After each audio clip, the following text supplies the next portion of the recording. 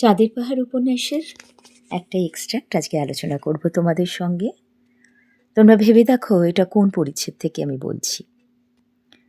না, এসব কি আবোল তাবোল লিখছি জ্বরের ঘোরে। আলোচ্য অংশে কে লিখছিলেন, লেখাটা কোথায় ছিল, লেখাটা কে উদ্ধার করেছিল, আবোল তাবোল তিনি কি লিখেছিলেন? সংক্ষেপে জানাও। যিনি লেখাটা লিখেছিলেন তিনি ছিলেন তখন ২৬ বছরের এক যুবক। তার নাম আত্তিলিও গাত্তি। রাত্রির প্রবল শীত থেকে বাঁচবার জন্য শঙ্কর যে পার্বত্য গুহায় আশ্রয় নিয়েছিল, সেই গুহায় মৃত আত্তিলিও গাত্তির কঙ্কালের পাশ একটা ছিপি আটা বোতল দেখতে পেয়েছিল শঙ্কর।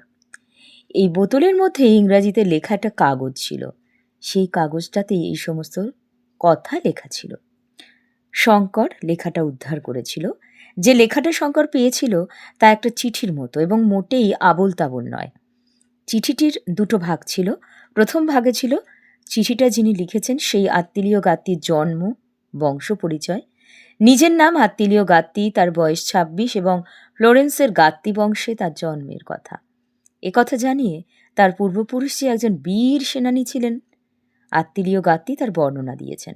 তিনি বিশ্ববিদ্যালয়ে উচ্চশিক্ষা লাভ করলেও বংশগত অভ্যাসে শেষ পর্যন্ত সমুদ্রের নেশায় ভবঘুরে হয়ে গিয়েছিলেন। এরপরই আত্তিলিও গাত্তি রোমহর্ষক এক বিবরণ দিয়েছিলেন, সেটি চিঠির দ্বিতীয় ভাগ।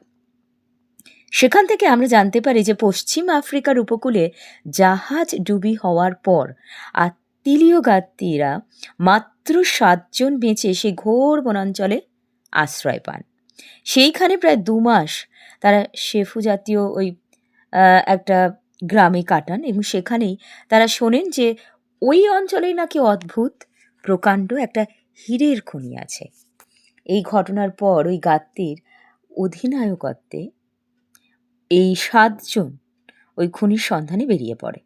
গ্রামের কোনো লোকই অবশ্য তাদের পথ নির্দেশ করতে রাজি হয় না, কারণ এক উপদেবতা নাকি ওই অঞ্চলের রক্ষক। কিন্তু তারা ওই কথায় না দমে সেই দুর্গম অঞ্চলের মধ্যে দিয়ে সম্পূর্ণ অজ্ঞাত সেই পার্বত্য এলাকায় ঘুরতে থাকেন। অন্যরা পিছিয়ে এলেও এবং তার শরীর কিন্তু ভেঙে পড়লেও আত্তিলিও গাত্তি ফিরতে চাননি।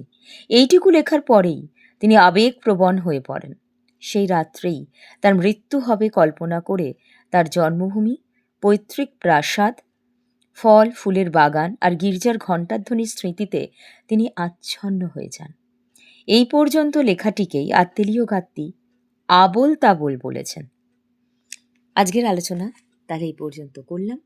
শোনার পর তোমরা বুঝেই নাও যেটা আমি বলেছি এটা কোন পরিচ্ছেদ। যদি এখনও বুঝতে না পারো তাহলে তো ধরে নিতে হবে যে উপন্যাসটা এখনো অবধি পড়া হয়নি।